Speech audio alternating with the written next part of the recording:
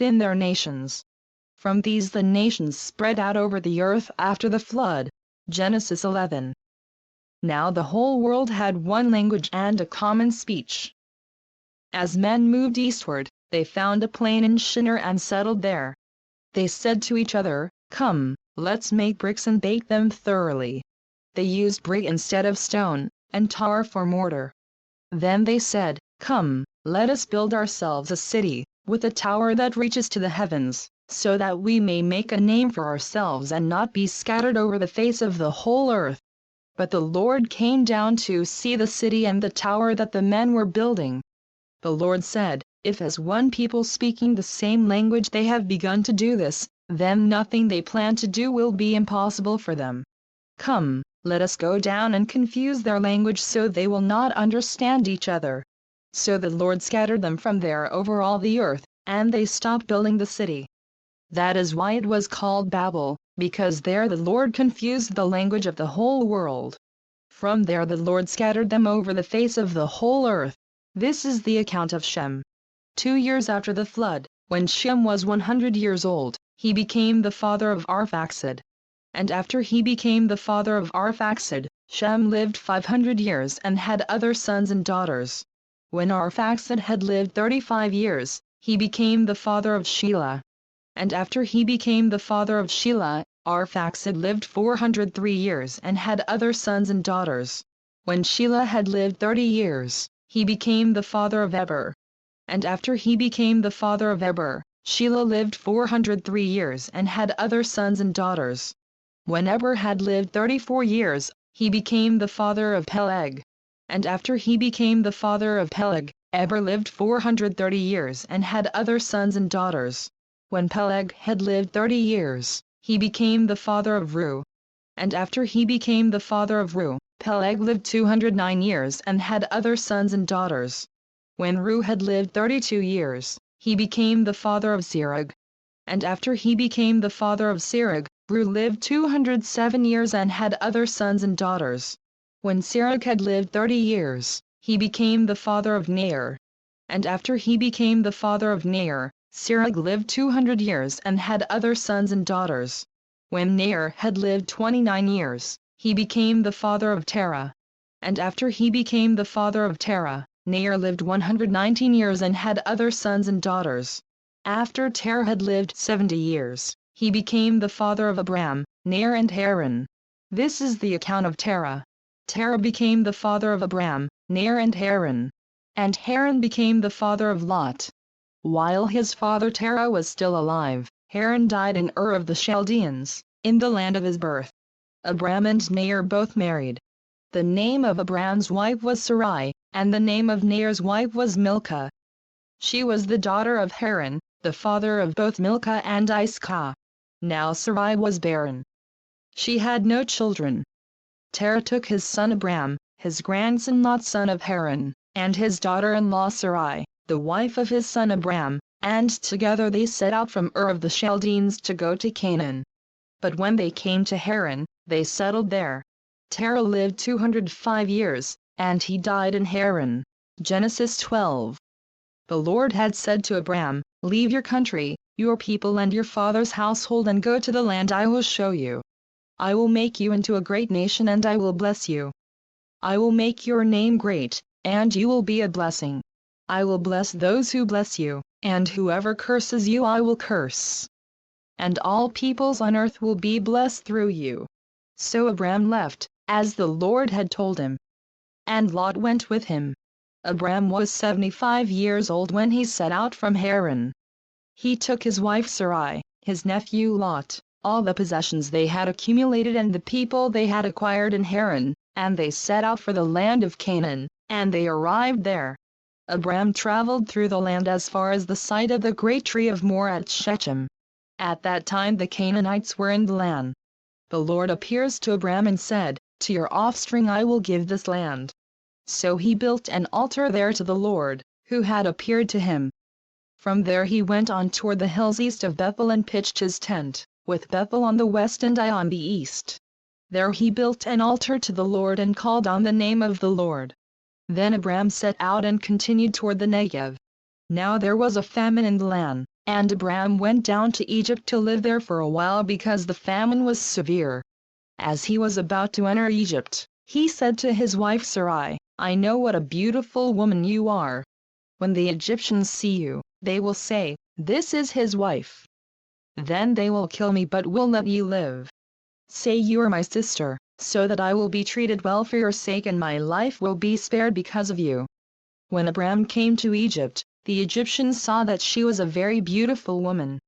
And when Pharaoh's officials saw her, they praised her to Pharaoh, and she was taken into his palace. He treated Abram well for her sake, and Abram acquired sheep and cattle, male and female donkeys, menservants and maidservants, and camels. But the Lord inflicted serious diseases on Pharaoh and his household because of Abram's wife Sarai. So Pharaoh summoned Abram. "What have you done to me?" he said. "Why didn't you tell me she was your wife? Why did you say, 'She is my sister,' so that I took her to be my wife? Now then, here is your wife. Take her and go." Then Pharaoh gave orders about Abram to his men, and they sent him on his way, with his wife and everything he had. Genesis 13. So Abram went up from Egypt to the Negev, with his wife and everything he had, and Lot went with him. Abram had become very wealthy in livestock and in silver and gold. From the Negev he went from place to place until he came to Bethel, to the place between Bethel and Ai where his tent had been earlier, and where he had first built an altar. There Abram called on the name of the Lord. Now Lot, who was moving about with Abram, also had flocks and herds and tents. But the land could not support them while they stayed together, for their possessions were so great that they were not able to stay together. And quarreling arose between Abram's herdsmen and the herdsmen of Lot. The Canaanites and Perizzites were also living in the land at that time. So Abram said to Lot, "Let's not have any quarreling between you and me, or between your herdsmen and mine, for we are brothers. Is not the whole land before you? Let's part company. If you go to the left, I'll go to the right. If you go to the right, I'll go to the left." Lot looked up and saw that the whole plain of the Jordan was well watered, like the garden of the Lord, like the land of Egypt, toward Zoar. This was before the Lord destroyed Sodom and Gomorrah. So Lot chose for himself the whole plain of the Jordan and set out toward the east. The two men parted company. Abram lived in the land of Canaan, while Lot lived among the cities of the plain and pitched his tents near Sodom. Now the men of Sodom were wicked and were sinning greatly against the Lord. The Lord said to Abram after Lot had parted from him, "Lift up your eyes from where you are and look north and south, east and west. All the land that you see I will give to you and your offspring forever. I will make your offspring like the dust of the earth, so that if anyone could count the dust, then your offspring could be counted. Go, walk through the length and breadth of the land, for I am giving it to you." So Abram moved his tents and went to live near the great trees of Mamre at Hebron, where he built an altar to the Lord. Genesis 14. At this time Amraphel king of Shinar, Arioch king of Elasar, Chedorlaomer king of Elam and Tidal king of Goim went to war against Bera king of Sodom, Bersha king of Gomorrah, Shinab king of Admah, Shemeber king of Zeboim, and the king of Bela, that is, Zor. All these latter kings joined forces in the valley of Siddim, the Salt Sea. For 12 years they had been subject to Chedorlaomer, but in the 13th year they rebelled. In the 14th year, Chedorlaomer and the kings allied with him went out and defeated the Rephaites in Ashtaroth Karnam, the Zuzites in Ham, the Amites in Shave Kiriathaim, and the Horites in the hill country of Seir, as far as El Paran near the desert. Then they turned back and went to En-Mishpat, that is, Kadesh, and they conquered the whole territory of the Amalekites, as well as the Amorites who were living in Hazaz and Tamar. Then the king of Sodom, the king of Gomorrah, the king of Admah, the king of Zeboim and the king of Bela, that is, Zor, marched out and drew up their battle lines in the valley of Siddim, against Chedorlaomer king of Elam, Tidal king of Goim, Amraphel king of Shinar and Arioch king of Elasar, 4 kings against 5. Now the valley of Siddim was full of tar pits, and when the kings of Sodom and Gomorrah fled, some of the men fell into them and the rest fled to the hills. the 4 kings seized all the goods of Sodom and Gomorrah and all their food. Then they went away. They also carried off Abram's nephew Lot and his possessions, since he was living in Sodom. One who had escaped came and reported this to Abram the Hebrew. Now Abram was living near the great trees of Mamre the Amorite, a brother of Eshcol and Aner, all of whom were allied with Abram. When Abram heard that his relative had been taken captive, he called out the 318 trained men born in his household and went in pursuit as far as Dan. During the night Abram divided his men to attack them, and he routed them, pursuing them as far as Hobah, north of Damascus. He recovered all the goods and brought back his relative Lot and his possessions, together with the women and the other people. After Abram returned from defeating Chedorlaomer and the kings allied with him, the king of Sodom came out to meet him in the valley of Shave, that is, the king's valley. Then Melchizedek king of Salem brought out bread and wine. He was priest of God Most High. And he blessed Abram, saying, Blessed be Abram by God Most High, Creator of heaven and earth. And blessed be God Most High, who delivered your enemies into your hand. Then Abram gave him 1/10 of everything. The king of Sodom said to Abram, Give me the people and keep the goods for yourself. But Abram said to the king of Sodom, I have raised my hand to the Lord, God Most High, Creator of heaven and earth, and have taken an oath, that I will accept nothing belonging to you, not even a thread or the thong of a sandal, so that you will never be able to say, I made Abram rich. I will accept nothing but what my men have eaten and the share that belongs to the men who went with me, to Aner, Eshcol and Mamre. Let them have their share. Genesis 15. After this, the word of the Lord came to Abram in a vision, Do not be afraid, Abram. I am your shield, your very great reward. But Abram said, O sovereign Lord, what can you give me since I remain childless and the one who will inherit my estate is Eliezer of Damascus? And Abram said, You have given me no children. So a servant in my household will be my heir. Then the word of the Lord came to him, This man will not be your heir, but a son coming from your own body will be your heir. He took him outside and said, Look up at the heavens and count the stars, if indeed you can count them. Then he said to him, So shall your offspring be. Abram believed the Lord, and he credited it to him as righteousness. He also said to him, I am the Lord, who brought you out of Ur of the Chaldeans to give you this land to take possession of it. But Abram said, O sovereign Lord, how can I know that I will gain possession of it? So the Lord said to him, Bring me a heifer, a goat and a ram, each 3 years old, along with a dove and a young pigeon. Abram brought all these to him, cut them in two and arranged the halves opposite each other. The birds, however, he did not cut in half. Then birds of prey came down on the carcasses, but Abram drove them away. As the sun was setting, Abram fell into a deep sleep, and a thick and dreadful darkness came over him. Then the Lord said to him, Know for certain that your descendants will be strangers in a country not their own, and they will be enslaved and mistreated 400 years. But I will punish the nation they serve as slaves, and afterward they will come out with great possessions. You, however, will go to your fathers in peace and be buried at a good old age. In the 4th generation your descendants will come back here, for the sin of the Amorites has not yet reached its full measure. When the sun had set and darkness had fallen, a smoking firepot with a blazing torch appeared and passed between the pieces. On that day the Lord made a covenant with Abram and said, To your descendants I give this land, from the river of Egypt to the great river, the Euphrates.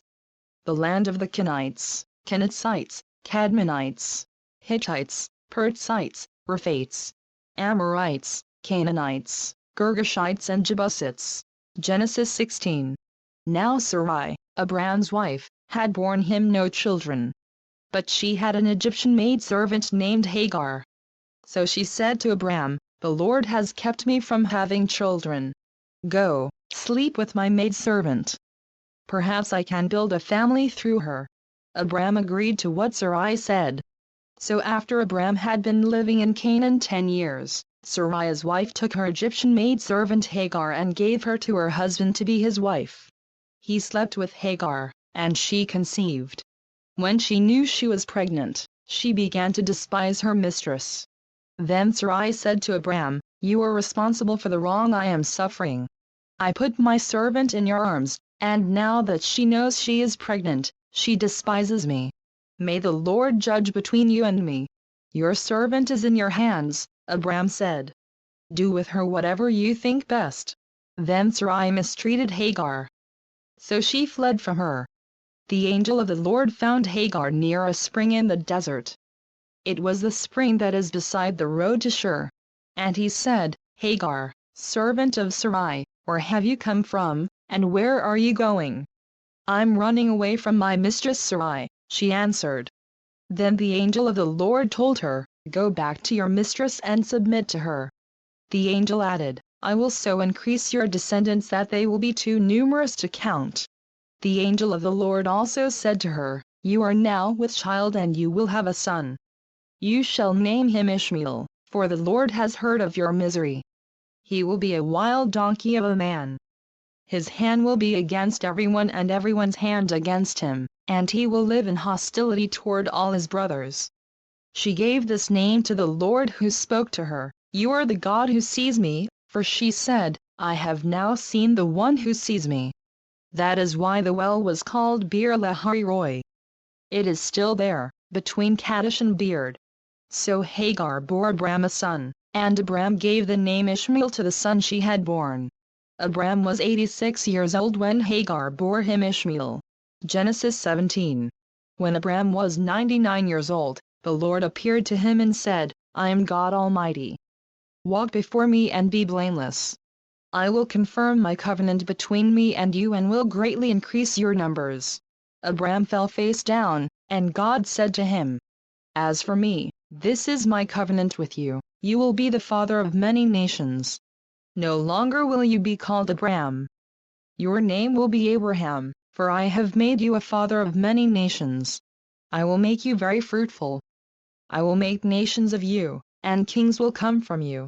I will establish my covenant as an everlasting covenant between me and you and your descendants after you for the generations to come, to be your God and the God of your descendants after you.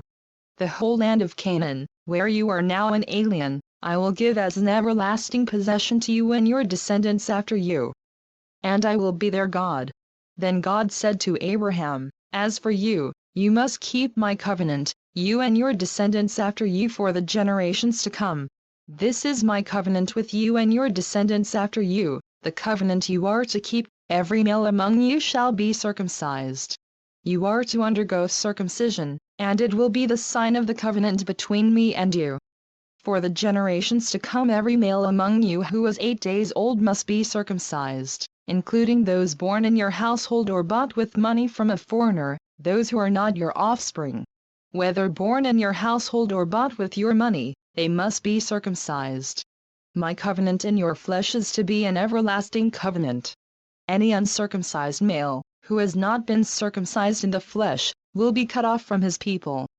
He has broken my covenant." God also said to Abraham, "As for Sarai your wife, you are no longer to call her Sarai. Her name will be Sarah. I will bless her and will surely give you a son by her. I will bless her so that she will be the mother of nations. Kings of peoples will come from her." Abraham fell face down. He laughed and said to himself, "Will a son be born to a man 100 years old? Will Sarah bear a child at the age of 90? And Abraham said to God, "If only Ishmael might live under your blessing." Then God said, "Yes, but your wife Sarah will bear you a son, and you will call him Isaac. I will establish my covenant with him as an everlasting covenant for his descendants after him. And as for Ishmael, I have heard you, I will surely bless him. I will make him fruitful and will greatly increase his numbers. He will be the father of 12 rulers, and I will make him into a great nation. But my covenant I will establish with Isaac, whom Sarah will bear to you by this time next year." When he had finished speaking with Abraham, God went up from him. On that very day Abraham took his son Ishmael and all those born in his household or bought with his money, every male in his household, and circumcised them, as God told him. Abraham was 99 years old when he was circumcised. and his son Ishmael was 13. Abraham and his son Ishmael were both circumcised on that same day. And every male in Abraham's household, including those born in his household or bought from a foreigner, was circumcised with him. Genesis 18. The Lord appears to Abraham near the great trees of Mamre while he was sitting at the entrance to his tent in the heat of the day. Abraham looked up and saw 3 men standing nearby. When he saw them, he hurried from the entrance of his tent to meet them and bowed low to the ground. He said, "If I have found favor in your eyes, my lord, do not pass your servant by. Let a little water be brought, and then you may all wash your feet and rest under this tree. Let me get you something to eat, so you can be refreshed and then go on your way, now that you have come to your servant." "Very well," they answered, "do as you say." So Abraham hurried into the tent to Sarah. "Quick," he said, "get 3 seahs of fine flour and knead it and bake some bread." Then he ran to the herd and selected a choice, tender calf and gave it to a servant, who hurried to prepare it. He then brought some curds and milk and the calf that had been prepared, and set these before them. While they ate, he stood near them under a tree. "Where is your wife Sarah?" they asked him. "There, in the tent," he said. Then the Lord said, "I will surely return to you about this time next year, and Sarah your wife will have a son." Now Sarah was listening at the entrance to the tent, which was behind him. Abraham and Sarah were already old and well advanced in years, and Sarah was past the age of childbearing. So Sarah laughed to herself as she thought, "After I am worn out and my master is old, will I now have this pleasure?" Then the Lord said to Abraham, "Why did Sarah laugh and say, 'Will I really have a child, now that I am old?' Is anything too hard for the Lord? I will return to you at the appointed time next year and Sarah will have a son." Sarah was afraid, so she lied and said, "I did not laugh." But he said, "Yes, you did laugh." When the men got up to leave, they looked down towards Sodom, and Abraham walked along with them to see them on their way. Then the Lord said, "Shall I hide from Abraham what I am about to do? Abraham will surely become a great and powerful nation, and all nations on earth will be blessed through him. For I have chosen him, so that he will direct his children and his household after him to keep the way of the Lord by doing what is right and just, so that the Lord will bring about for Abraham what he has promised him." Then the Lord said, "The outcry against Sodom and Gomorrah is so great and their sin so grievous, that I will go down and see if what they have done is as bad as the outcry that has reached me. If not, I will know." The men turned away and went toward Sodom, but Abraham remained standing before the Lord. Then Abraham approached him and said, "Will you sweep away the righteous with the wicked? What if there are 50 righteous people in the city? Will you really sweep it away and not spare the place for the sake of the 50 righteous people in it? Far be it from you to do such a thing, to kill the righteous with the wicked, treating the righteous and the wicked alike. Far be it from you. Will not the judge of all the earth do right?" The Lord said, "If I find 50 righteous people in the city of Sodom, I will spare the whole place for their sake." Then Abraham spoke up again, "Now that I have been so bold as to speak to the Lord, though I am nothing but dust and ashes, what if the number of the righteous is 5 less than 50? Will you destroy the whole city because of 5 people? If I find 45 there," he said, "I will not destroy it." Once again he spoke to him, "What if only 40 are found there?" He said, "For the sake of 40, I will not do it." Then he said, "May the Lord not be angry, but let me speak. What if only 30 can be found there?"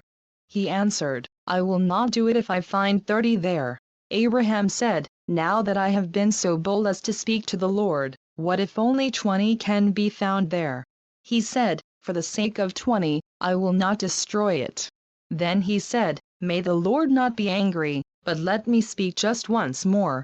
What if only 10 can be found there?" He answered, "For the sake of 10, I will not destroy it." When the Lord had finished speaking with Abraham, he left, and Abraham returned home. Genesis 19.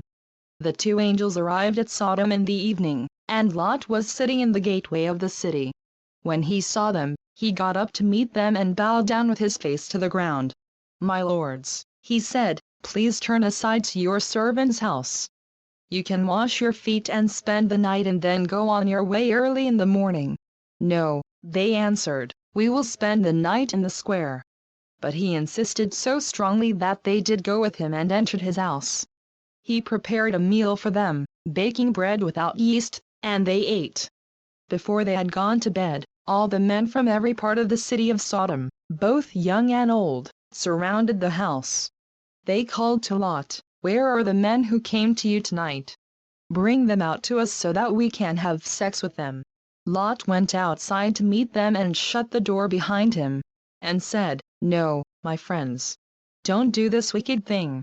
Look, I have 2 daughters who have never slept with a man.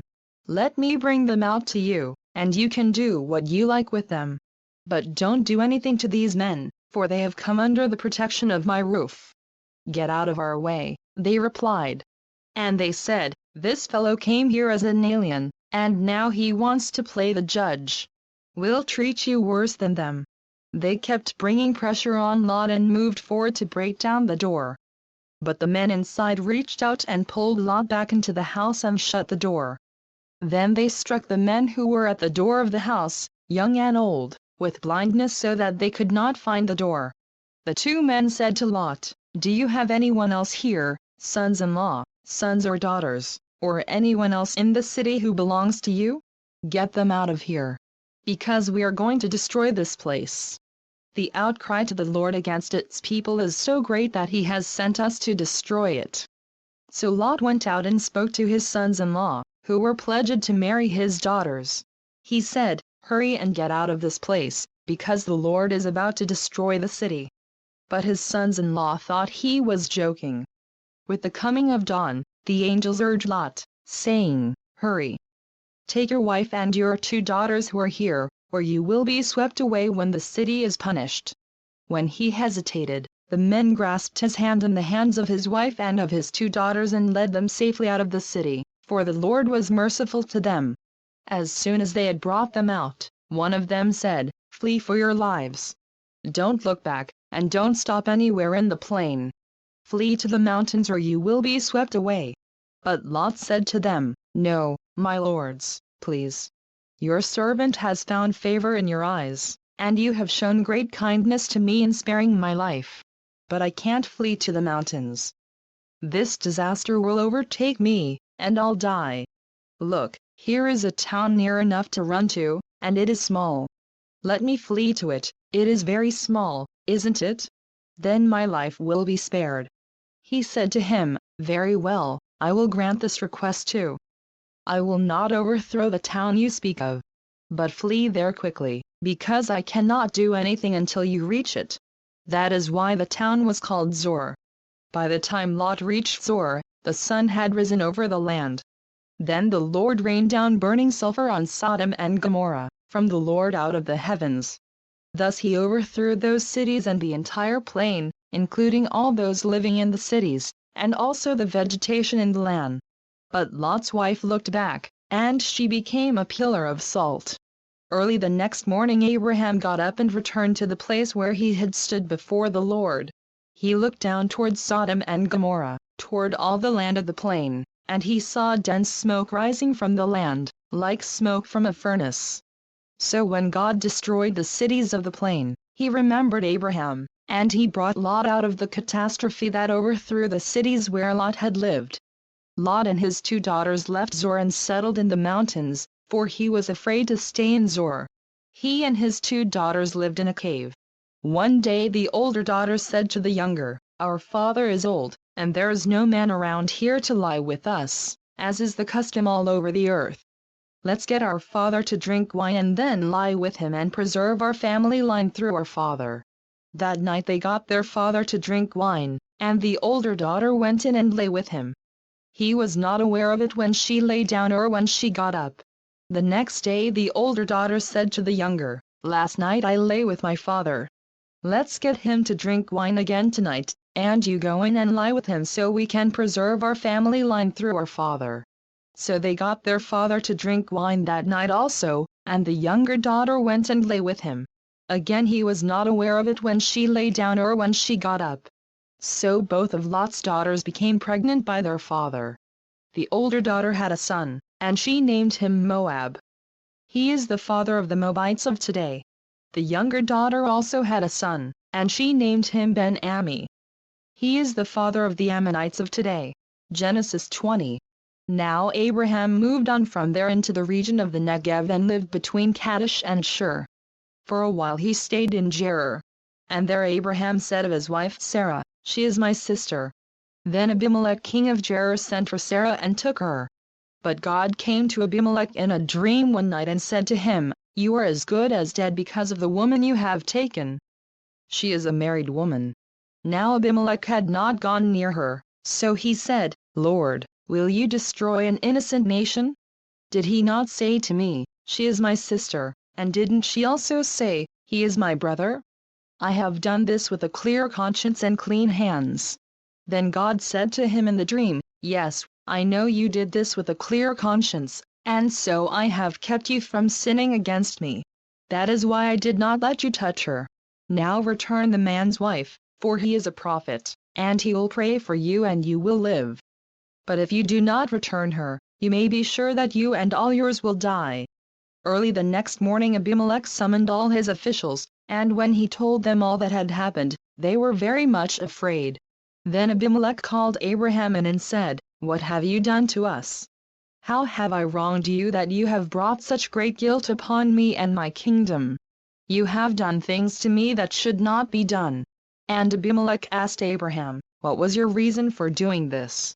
Abraham replied, "I said to myself, there is surely no fear of God in this place, and they will kill me because of my wife.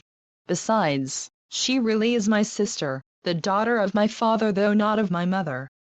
And she became my wife. And when God had me wander from my father's household, I said to her, 'This is how you can show your love to me, everywhere we go, say of me, he is my brother.' Then Abimelech brought sheep and cattle and male and female slaves and gave them to Abraham, and he returned Sarah his wife to him. And Abimelech said, 'My land is before you. Live wherever you like.' To Sarah he said, 'I'm giving your brother 1,000 shekels of silver. This is to cover the offense against you before all who are with you. You are completely vindicated.' Then Abraham prayed to God, and God healed Abimelech, his wife and his slave girls so they could have children again. For the Lord had closed up every womb in Abimelech's household because of Abraham's wife Sarah. Genesis 21. Now the Lord was gracious to Sarah as he had said.